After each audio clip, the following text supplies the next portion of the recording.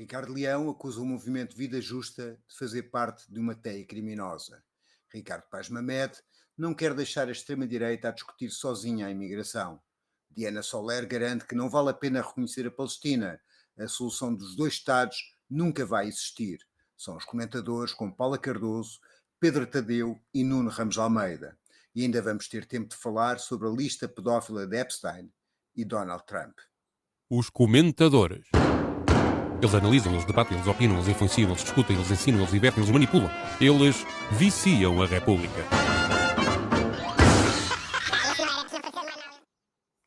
Ora viva, cá estamos para mais uma edição dos comentadores. Vamos de férias.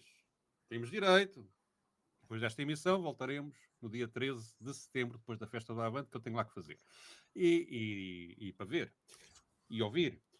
E o tema com que vamos abrir não é propriamente com um comentador, mas é alguém que se fartou de aparecer nas televisões, inclusivamente numa conferência da SIC, durante esta semana, o Presidente da Câmara Municipal de Loures, que resolveu contra-atacar, acusando o movimento Vida Justa, que tem dado apoio às pessoas que perderam as suas casas depois de Ricardo Leão ter ordenado a sua demolição, resolveu atacar o movimento Vida Justa de todas as formas possíveis. Vamos ouvir. O movimento de vida justa que entrou naquele bairro, na minha opinião, está a prejudicar as pessoas. Desde março até julho, quadriplicou o número de barracas. O que aqui acontece é uma ideia que estava a proliferar através da vida justa e desta rede criminosa de venda de barracas, que venham para Louros, comprem esta barraca, construam esta barraca e resistam que vão ter direito a uma casa. Quem está neste momento está maniatado, a vida justa está a manipular, infelizmente, estas famílias. Também. Bom, acontece que aqui nos comentadores temos um membro da Vida Justa, o Nuno Ramos de Almeida. Sim. Nuno! E também fui eu que escolhi estes clipes desta semana.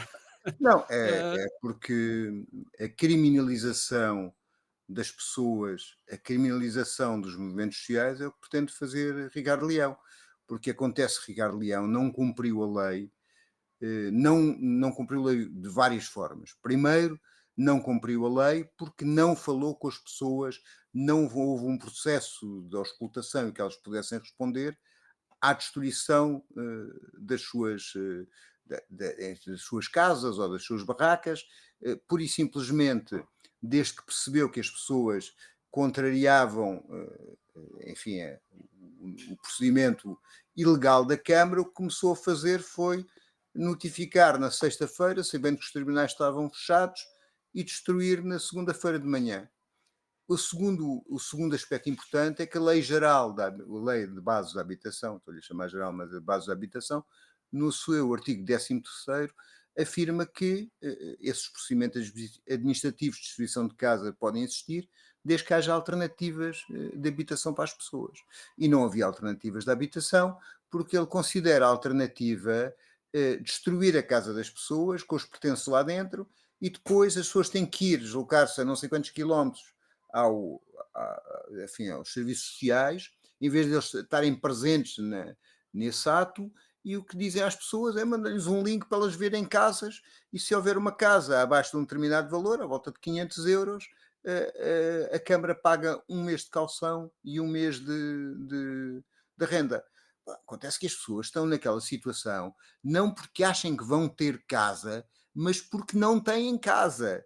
Este é o problema. São pessoas que trabalham, que já tiveram casa, que já tiveram quarto, mas que os preços aumentaram de tal maneira que são forçadas a este tipo de construção.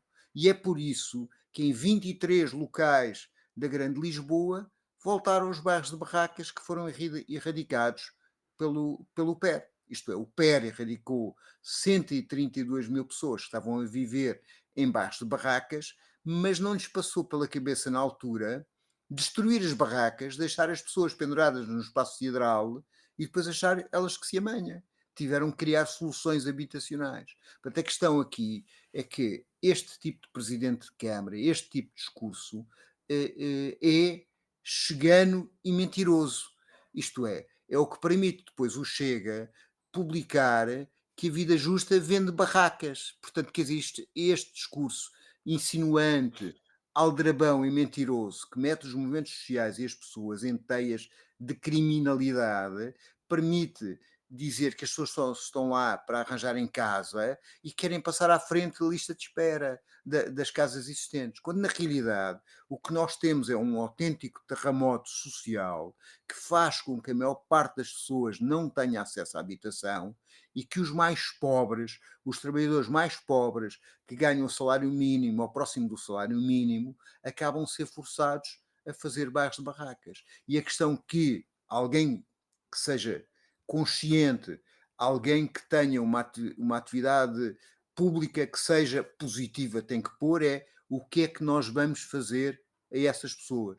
Como é que nós vamos resolver o problema da habitação e não dizer um conjunto de disparates e de mentiras. Paulo, achas que esta tentativa de Ricardo Leão de criminalizar o Vida Justa, no fundo a insinuação é essa, é para desviar as atenções? Acho que esta é mais uma distração, sim. E, aliás, sobre esta troca de galhardetes, não é?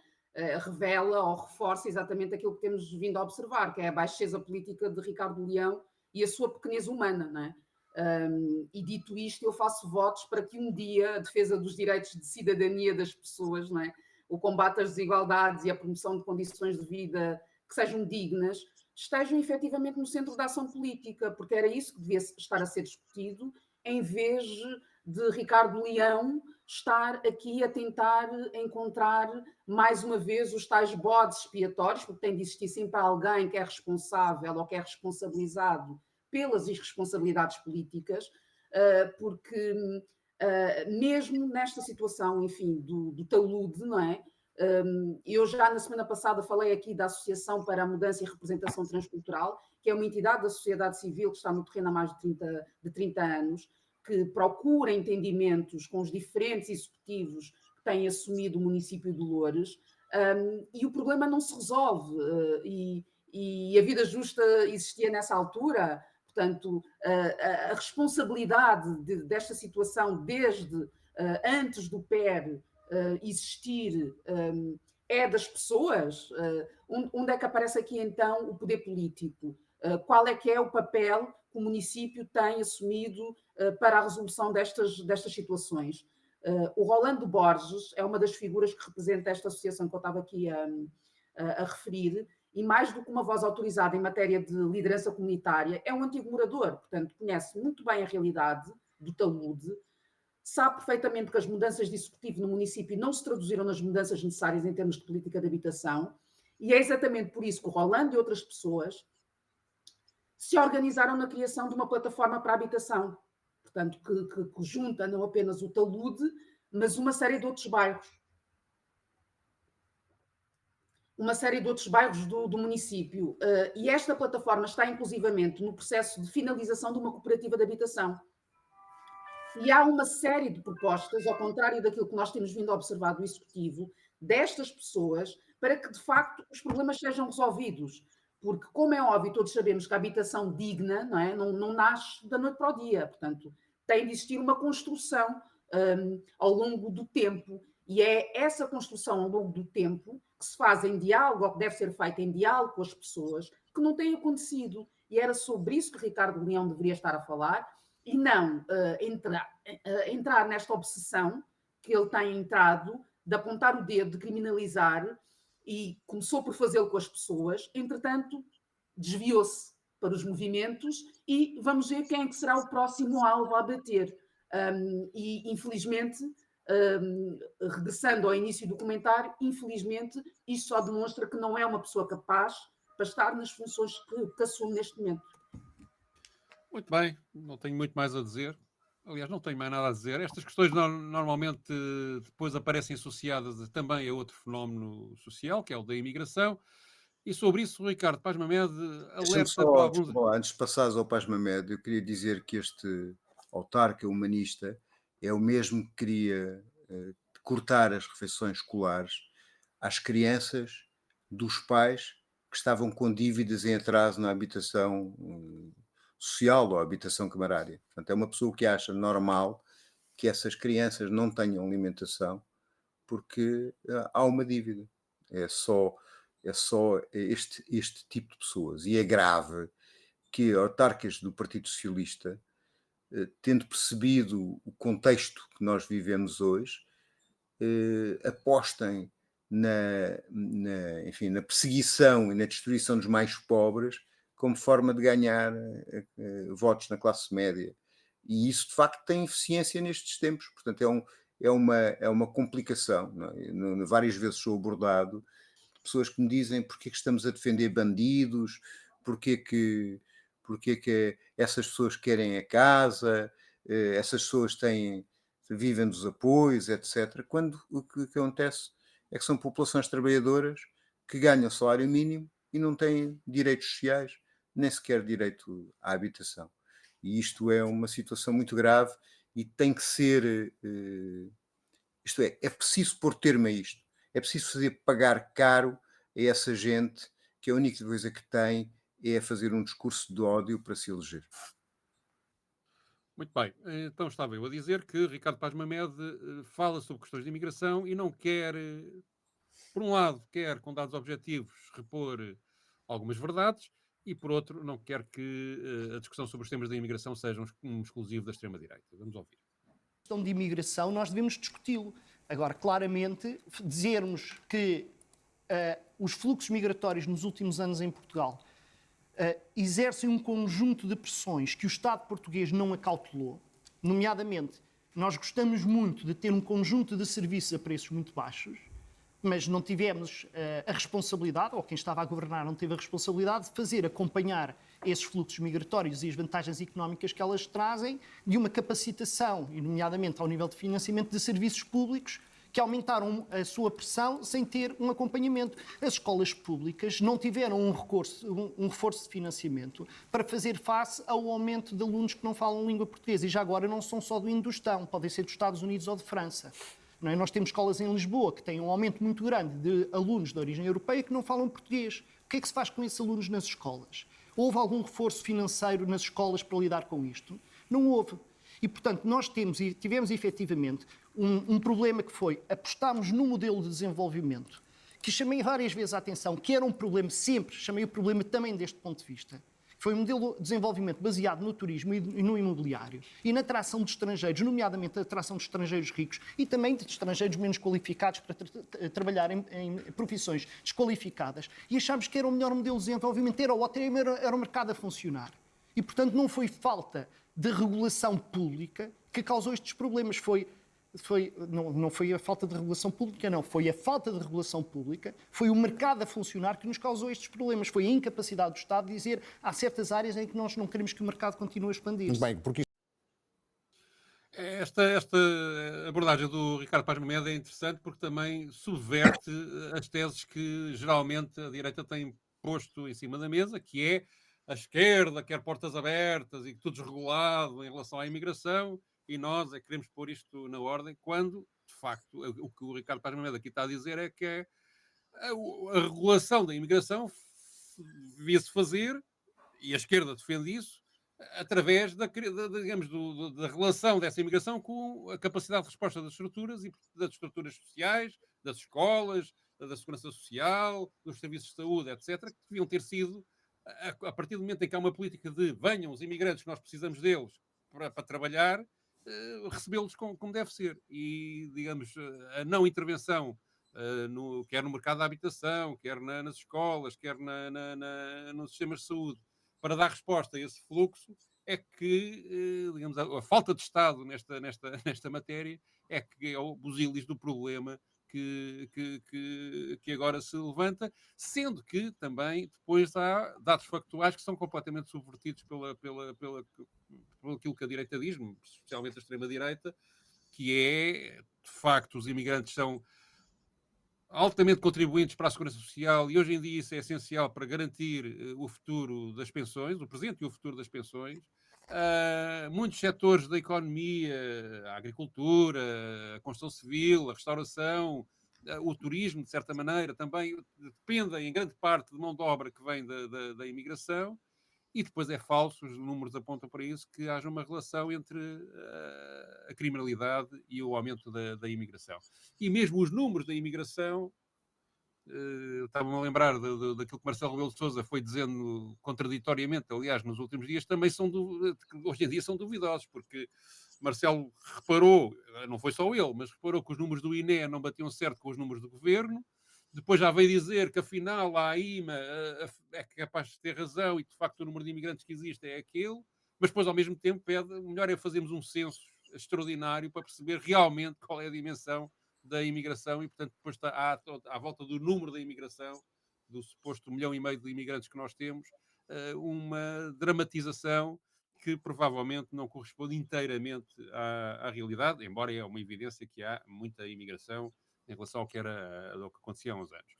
E, portanto, tudo isto tem uma componente ideológica e de combate político que nada tem a ver com os imigrantes, tem sobretudo a ver com os interesses circunstanciais da extrema-direita, que faz disto uma bandeira que, infelizmente, uma parte da restante direita está a agarrar e a querer erguer como se fosse uma bandeira sua. Paula, sobre este assunto. Olha, sobre esta questão da falta de respostas, eu estava-me a lembrar aqui que antes destes novos fluxos migratórios, estivemos a assistir à questão da turistificação, não é, da cidade, portanto, falando em Lisboa, e recordo-me que na altura morava ali na zona de Santos, e eu não conseguia apanhar uma carris, era impossível. Portanto, deixou de ser possível eu deslocar-me de transportes públicos a partir da paragem que habitualmente utilizava, porque estava sempre à pinha de malta que vinha de Belém, que ia e vinha de Belém, portanto, e é este o cenário, não é? Vítimas dos pastéis de nata.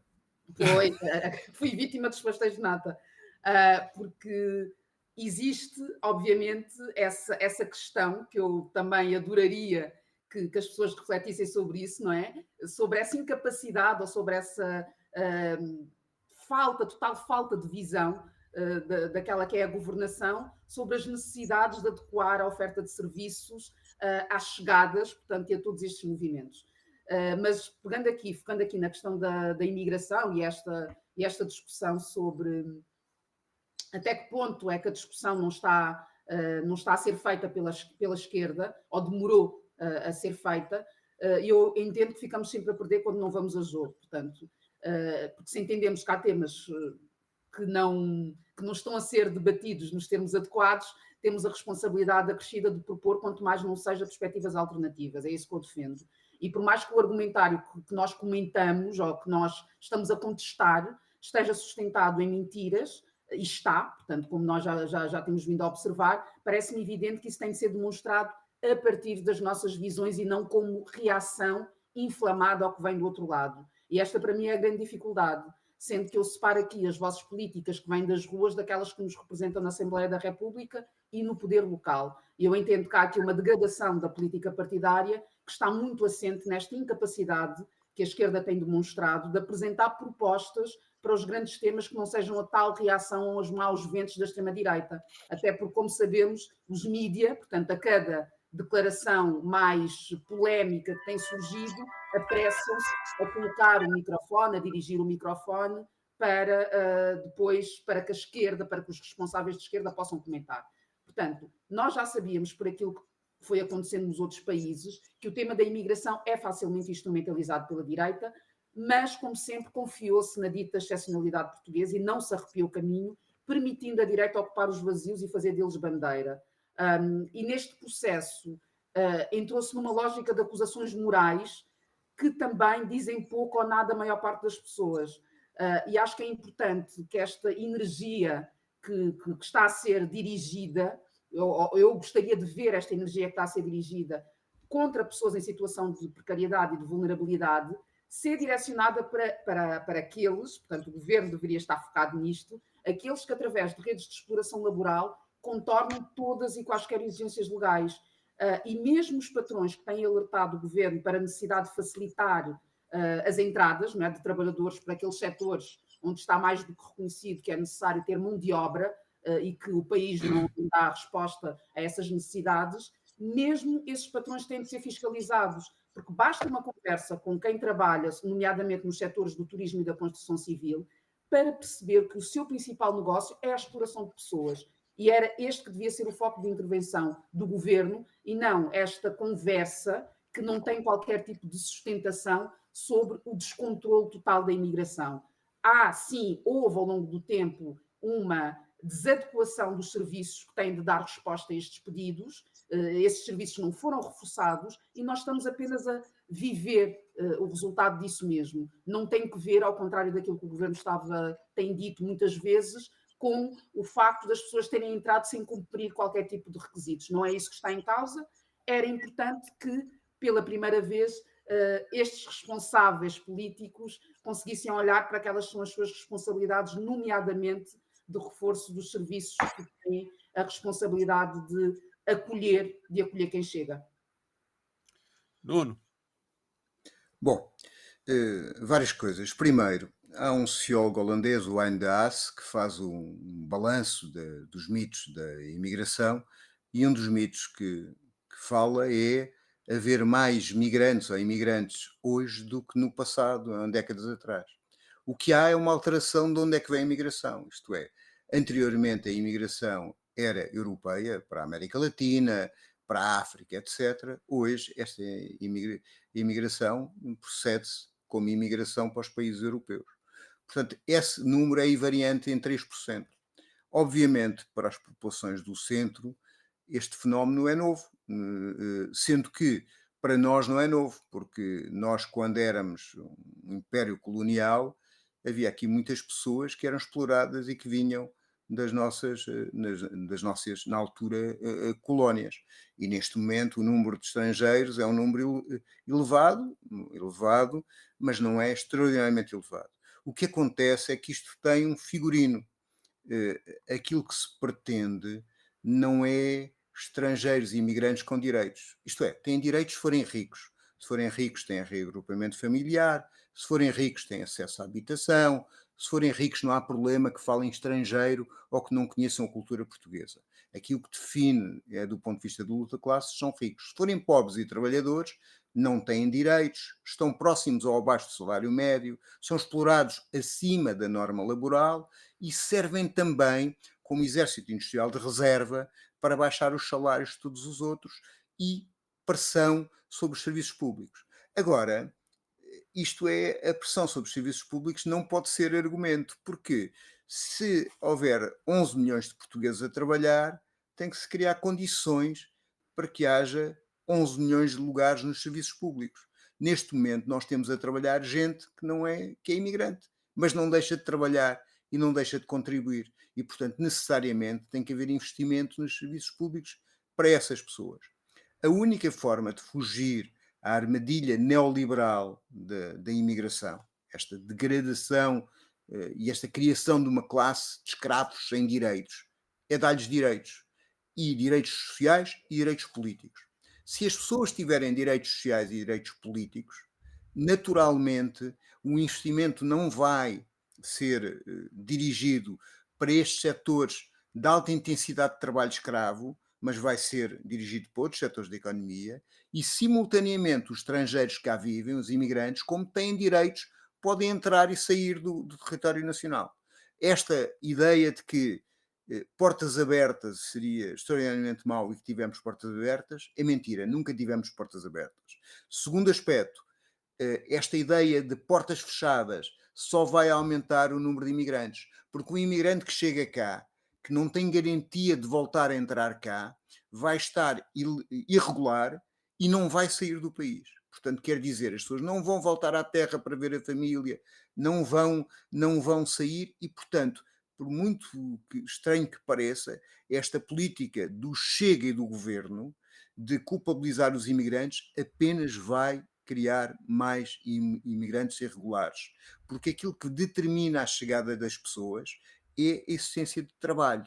E isso não vai alterar. Isto é, nós vamos precisar na construção civil, nas pescas, na agricultura, na restauração, nos cuidados de saúde, vamos continuar a precisar do mesmo número de pessoas que não temos.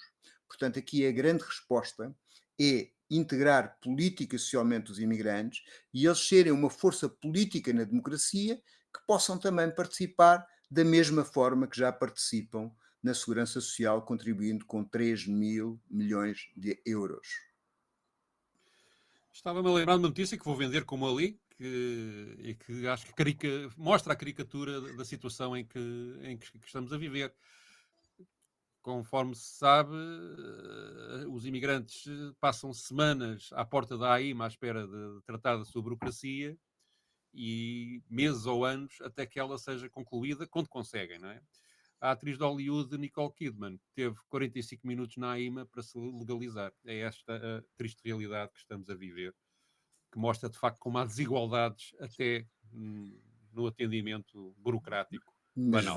vai aprender português e vai cantar uns fados da Amália, provavelmente, e portanto está na cultura. Sendo que eu até gosto bastante da atriz, atenção, não tenho aqui nada contra a senhora, mas realmente, enfim. Ora, vamos mudar de assunto para outro que também faz um bocado de impressão. O presidente francês, Emmanuel Macron, anunciou que a França vai reconhecer o Estado da Palestina. Diana Soler acha que isto é uma inutilidade.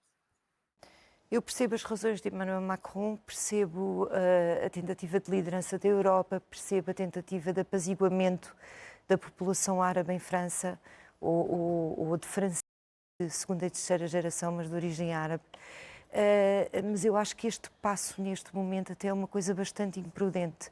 Não há Estado da Palestina e a solução dos dois Estados está posta de lado neste momento. Pelas condições políticas que existem. Aliás, as próprias monarquias árabes, de alguma maneira, já puseram essa questão de parte porque já perceberam que ela não vai acontecer, que não há condições disso. E não há condições porquê? Não há condições precisamente por aquilo que o senhor Coronel José Carmo disse e eu também, de alguma maneira, referi.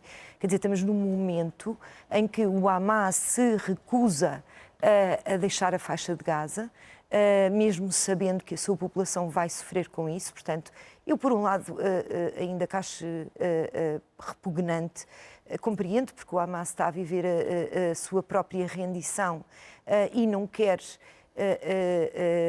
enfim, aceitar isso, mesmo à custa, mesmo que isso custe a vida a muitos palestinianos de uma forma absolutamente horrível. Mas não há condições, porque, enfim, a faixa de Gaza só vai deixar de pertencer ao Hamas se for verdadeiramente tomada por Israel. Os colonatos cresceram 18% desde o 7 de outubro e os Estados Árabes, que eram, no fundo, o verdadeiro contrapeso relativamente à posição de Israel sobre não haver Estado da Palestina, estão calados sobre esse assunto. E a razão pela qual estão calados é porque perceberam que há uma hegemonia israelita na região, coadjuvada pelos Estados Unidos. Nem sei como é que é de pegar neste assunto, porque ela depois mais à frente, na sua declaração, reconhece que há, da parte do Estado de Israel, uma violação de direitos Um humanos. ligeiro excesso, não é? Um ligeiro excesso. E a questão, o excesso, e que a questão da fome virou a opinião pública ocidental contra Israel, e portanto, apesar de tudo, ainda coloca isso. Mas choca-me que se olhe para... É que nem se trata de um Estado. O povo palestiniano em si é uma nação. Quer dizer, já há muitos séculos, quer dizer, aquilo não é destruível assim. Não é? Portanto, é uma cultura, é uma língua, é um conjunto de relações entre pessoas. Quer dizer, é algo que está tão solidificado que nem Israel, ao longo destes 70 ou 80 anos, conseguiu destruir, apesar da sua agressividade. E, portanto, tudo isto parece-me é um olhar tão injusto. Aliás, eu estava a pensar, a Diana Soler, que habitualmente comenta também as questões da guerra na Ucrânia. Se imaginarmos que a Rússia conseguia ganhar, criava condições políticas para dominar completamente a Ucrânia, ela defende que a Ucrânia deve deixar de existir, pelas mesmas razões políticas que alega em relação aqui à Palestina. É de facto uma abordagem. Eu compreendo o pragmatismo na política, mas o pragmatismo não pode render-se a questões humanitárias básicas. Quer dizer, não, isto é uma coisa que me deixa perplexo. E nem sei o que é que quer dizer mais, sinceramente. Bom, Paula, o que tens a dizer sobre isto?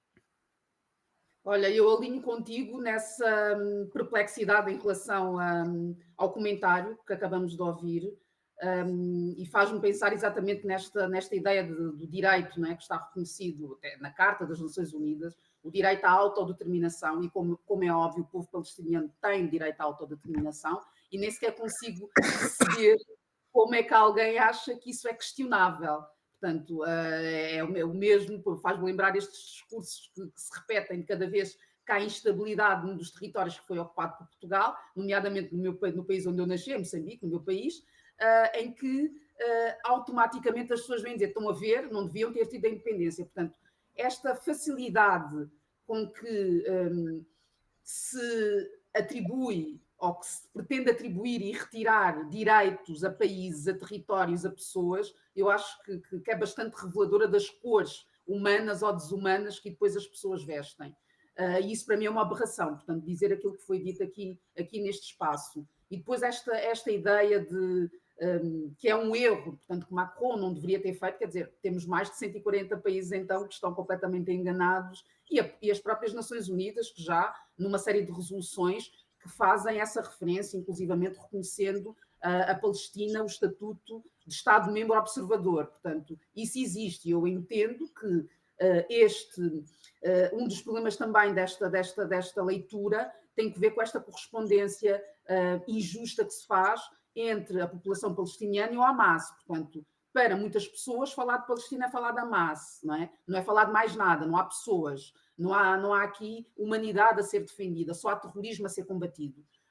E acho que é importante que se perceba isso exatamente, que há pessoas, e que estavas aqui a referir a própria questão da fome e das imagens que têm surgido nos últimos dias, e que parece que essas imagens finalmente estão a criar algum tipo de reação junto de pessoas que continuavam aqui a defender cegamente Israel, mas acho sobretudo que também abdicar da defesa de uma solução de 2 Estados, para mim equivale a nós desistirmos de todas as lutas pela igualdade que nós entendemos que têm de ser feitas no mundo. Portanto, é muito difícil, é impossível, então não vamos lutar, portanto vamos deixar as coisas como estão. Também não vejo que isso seja sequer uma solução para o que for. E depois acho, enfim, que este é um passo, o reconhecimento do Estado da Palestina é um passo necessário para corrigir um desequilíbrio histórico e abrir caminho para uma solução real do conflito. Para mim é fundamental, até porque se a Palestina, como é óbvio, for tratada com direitos iguais, portanto, este poder de negociação, a legitimidade internacional é outra, não é? E isso também parece-me evidente. E depois também o reconhecimento político é um gesto de reconhecimento é um posicionamento contra o genocídio que está a ser cometido por Israel na faixa de Gaza. Oh, não achas que o governo português é capaz de agarrar neste argumento da Diana Soler e dizer que a realidade política é outra e agora não nos convém reconhecer o Estado de Israel porque é uma inutilidade? O Estado de Achas que Israel já reconheceram há muito o tempo. Estado da Palestina, perdão. Achas que este argumento pode Não, fazer... já argumentaram coisas mais burras, não é? Isto é, não estou a dizer que o argumento da Diana Soler seja particularmente inteligente, mas já argumentaram coisas mais burras. Fizeram depender o reconhecimento da Palestina de várias questões, nomeadamente questões em relação à corrupção e ao governo da autoridade palestiniana, como se eles tivessem alguma coisa a ver com isso. A questão aqui está, pura e simplesmente, se reconhecemos ou não reconhecemos o direito à autodeterminação do povo palestiniano e se forçamos que haja uma solução pacífica que não seja o genocídio e o massacre colonial. Há uma frase, uma resposta do Unamuno ao general Milan Astrei, quando ele grita viva a morte, e o Unamuno diz vocês têm força mas não têm razão. Esta é a questão que existe e nós nas televisões o que estamos confrontados é uma espécie, a Diana Soler até faz parte dos sionistas genocidas moderados, porque a maior parte deles está perfeitamente maravilhado com a superioridade militar técnica de Israel, acha que os palestinianos são sub-humanos terroristas, podem ser todos mortos. Quando as crianças são mortas é porque são escudos e a culpa é do Hamas, não é de Israel que as mata. Estamos a verificar este massacre aos nossos olhos com o silêncio cúmplice e com o aplauso da maior parte das pessoas que comentam nas televisões. É um nojo, é como, enfim, é um discurso completamente colonial de seres inferiores que podem ser mortos por seres superiores que são supostamente uma democracia, embora torturem, matem, violem, não deem direitos iguais aos seus cidadãos conforme a religião, etc. Portanto, estamos numa situação assim. e este reconhecimento tardio por parte da França é uma tentativa de pôr peso diplomático para parar a situação. Mas na realidade não estão a parar a situação. Estão a aceitar que haja uma limpeza étnica em Gaza e na Cisjordânia e que os palestinianos sejam todos ou mortos ou expulsos das suas terras. É isto que está a acontecer. E está a acontecer perante o nosso silêncio conivente e nossas conversetas de democracia e de liberdade que só se verificam quando nos convém. Quando não nos convém, os povos podem ser mortos e torturados, que têm a nossa aprovação e o nosso silêncio, e ainda lhe damos armas e não vendemos. Muito bem, vamos ao nosso papel selado.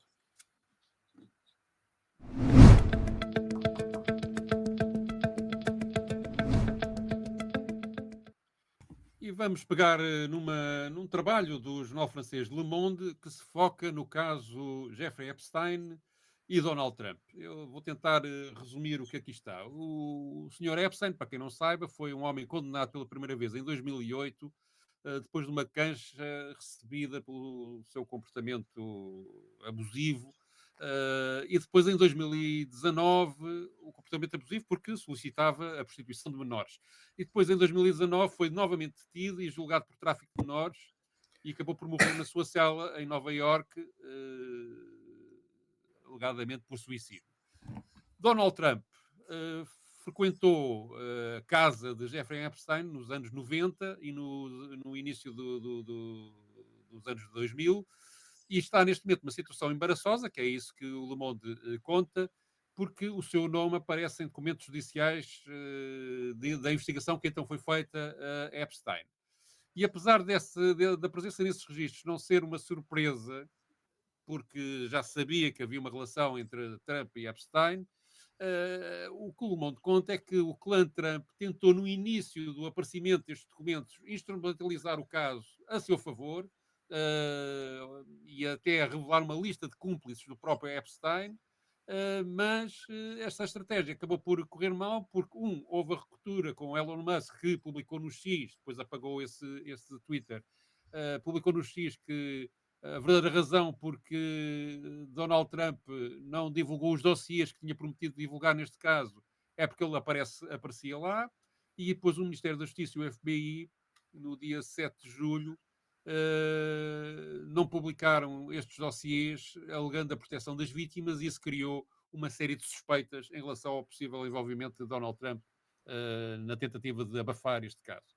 Entretanto, depois o Le Monde faz um apanhado de sondagens sobre este caso, fala de que 40% dos republicanos que apoiam Donald Trump aprovam a gestão deste caso, mas que 36% desaprovam e querem que os documentos sejam divulgados, o que é, digamos, um número muito favorável em relação ao que é habitual entre os apoiantes de Donald Trump. E uma sondagem da CBS e da YouGov diz que 90% dos americanos exigem a publicação deste dossiê judicial.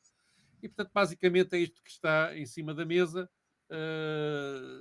É um escândalo que pode vir a afetar gravemente a imagem de Donald Trump, embora, digo eu, Donald Trump costuma resistir a este tipo de coisas mais ou menos bem. Pelo menos no passado assim foi. Não é, Nuno?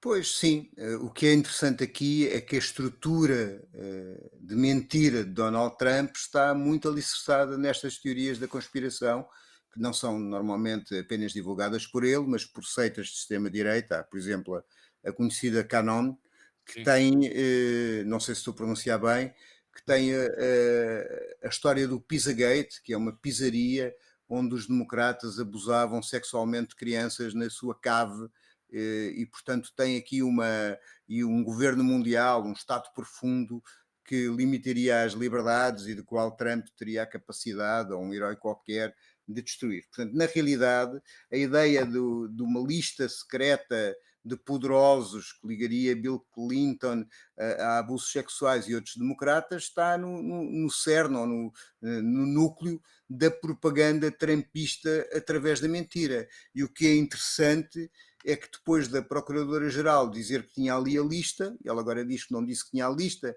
mas que tinha os papéis que podiam mostrar que tinha uma lista, é o próprio governo Trump, que não divulga essa lista, que nós não sabemos se existia ou não, mas que diziam que existia, e aquilo que se depois verifica é que também não divulga, porque aquilo que se sabe é que nos ficheiros de investigação está também Donald Trump nisso.